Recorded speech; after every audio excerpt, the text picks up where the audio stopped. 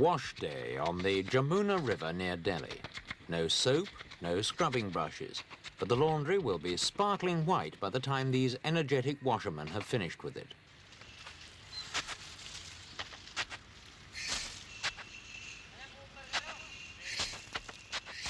It's clearly hard work, but otherwise you might think a process of no special significance. But in the eyes of orthodox Hindus, the handling of soiled garments is polluting, and these people, even though they spend most of their day in the water, are unclean. Not merely unclean, but untouchable.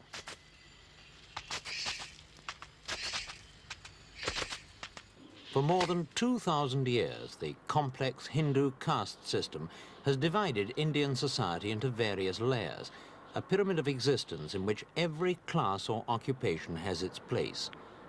At the bottom of this pyramid are the Untouchables, or the Harijans as they're now called.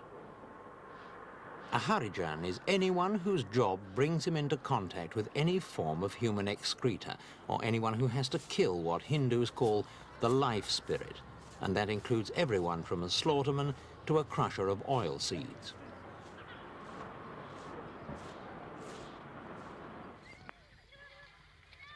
There are possibly as many as 100 million Harijans in India, equivalent to the total population of Japan, and most of them live in conditions of utter squalor.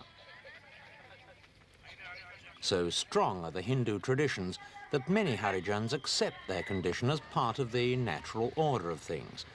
Occasionally, however, resentment boils up into angry protest. This street battle happened in Delhi only a few weeks ago. The rioting lasted several days and was some of the fiercest the capital's seen for a long time.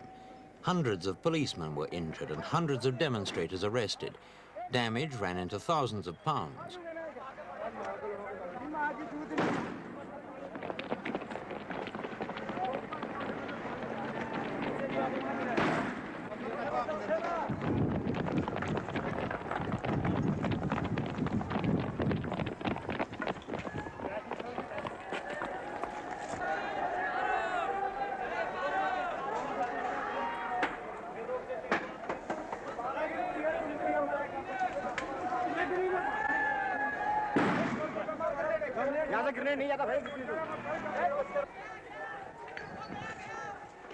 The reason for this explosion of anger was the apparent suicide a few days earlier of a 17-year-old Harijan girl, a pupil at this school in South Delhi.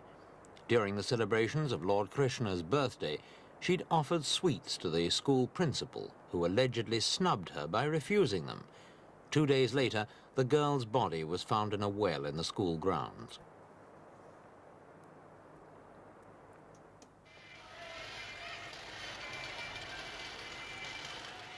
Officially, at least, there have been no Harijans in India since 1949, when the whole concept of untouchability was abolished in the new Republican Constitution. That constitution was in fact written by a Harijan, Dr. Ambedkar, and Harijans now occupy some of the highest positions in the land.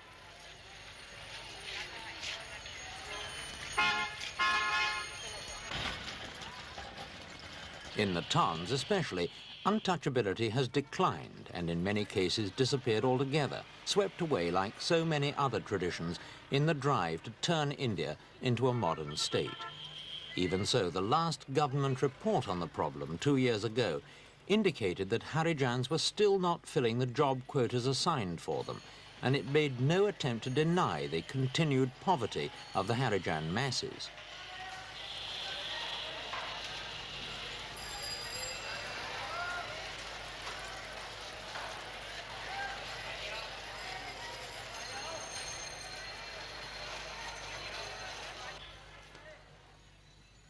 According to traditional Hinduism, untouchability is a question of birth and can neither be acquired nor avoided. Once an untouchable, always an untouchable. In practice, social mobility is now possible, and Harijans can refuse to follow the lowly trades reserved for their caste.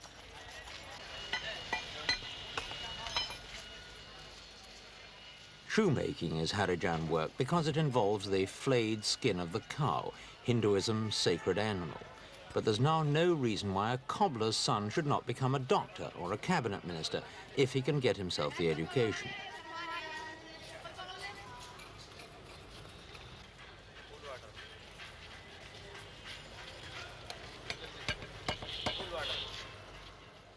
Whatever progress has been made in the towns, it's a different story in the countryside.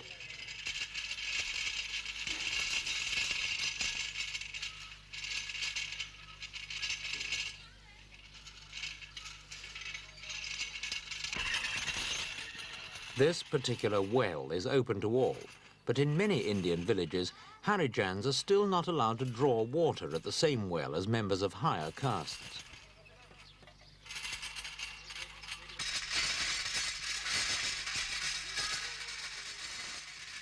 The traditional Hindu teaching is that drinking water touched by a Harijan will carry pollution into the body.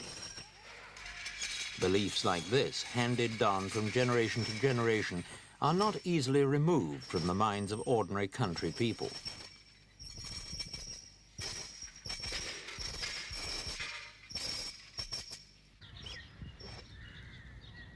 The government's passed laws to help the Harijans. They've been given special representation in Parliament, and various educational and welfare schemes have been set up to look after their interests. And yet, millions of Harijans still remain outsiders, living a life of abject poverty from birth to death.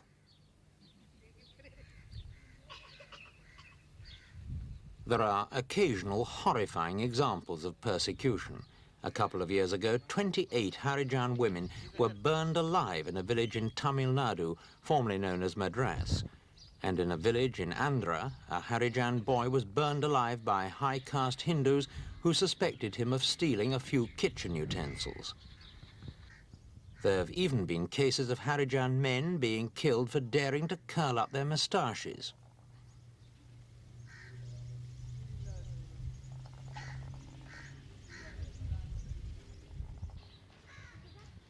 Harijan means literally the children of God.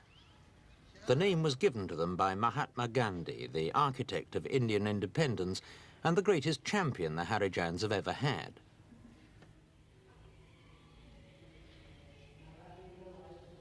Gandhi lived the life of a Harijan himself and stayed with them in this colony in Reading Road, Delhi. His room is now a shrine.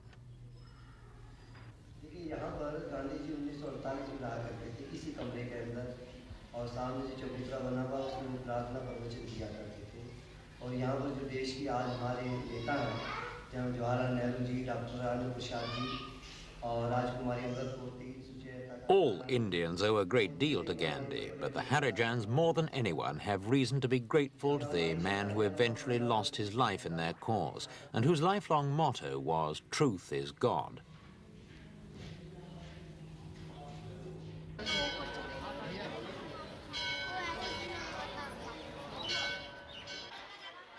Gandhi was killed by a Hindu fanatic, a man who refused to accept the radical changes which the abolition of the caste system would bring. Even today, there are many educated high caste Hindus who still cling to the traditional beliefs concerning purity and pollution. In their eyes, the uncleanliness of a Harijan cannot be removed by washing, and they are still shocked at the sight of Harijans walking into the same temple which they themselves use.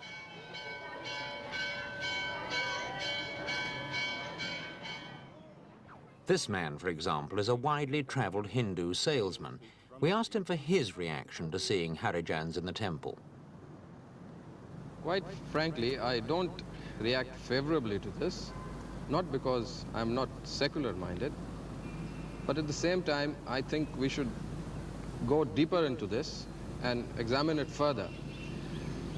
The caste system was based on the division of labor. But the orthodox people in the country exploited this, and eventually the constitution came to their rescue.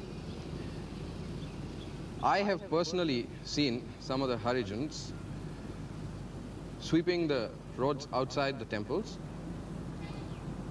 washing their hands, buying the sweets and flowers, and just entering the temples.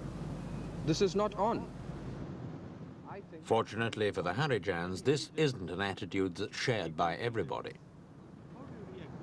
Well, it makes me very happy. To me, it's a sign of social progress. And even if an Harijan appears unclean, my reaction to it is my reaction to any unclean person, be it even a member of my own family. And after all, when I go to a temple, I go for peace and tranquility. It doesn't matter to me who is around. And the temple is really a home of God and a house of God. And I think nobody should be barred from it. And when I come out of the temple, if a Harijan woman, even if she's my own sweeper, offers me some sweets or flowers, I'd accept it readily and very happily. Harijans are even training for the priesthood, an occupation normally reserved for members of the top Brahmin caste. Once upon a time, even the shadow of a Harijan was considered polluting for a Brahmin.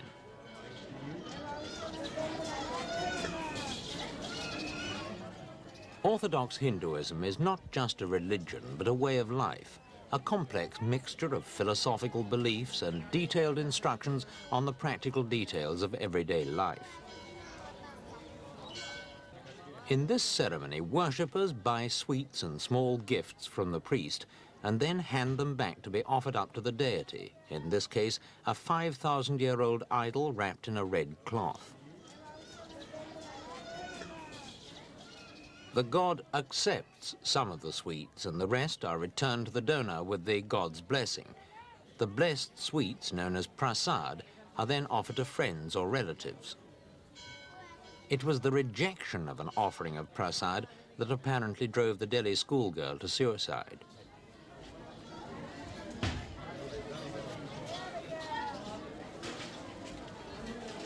The key to understanding untouchability is the Hindu doctrine of karma, the belief that the individual soul is reincarnated throughout many cycles of existence. In each existence, good behavior will bring the reward of higher status in the next. Good behavior meaning obedience to the rules of one's caste. In other words, it's no misfortune to be born a Harijan. The important thing is to be a good Harijan. Attitudes like this are clearly not removed overnight. The Indian government has been grappling with the problem now for over 2 decades. Some progress has been made, but a great deal more remains to be done.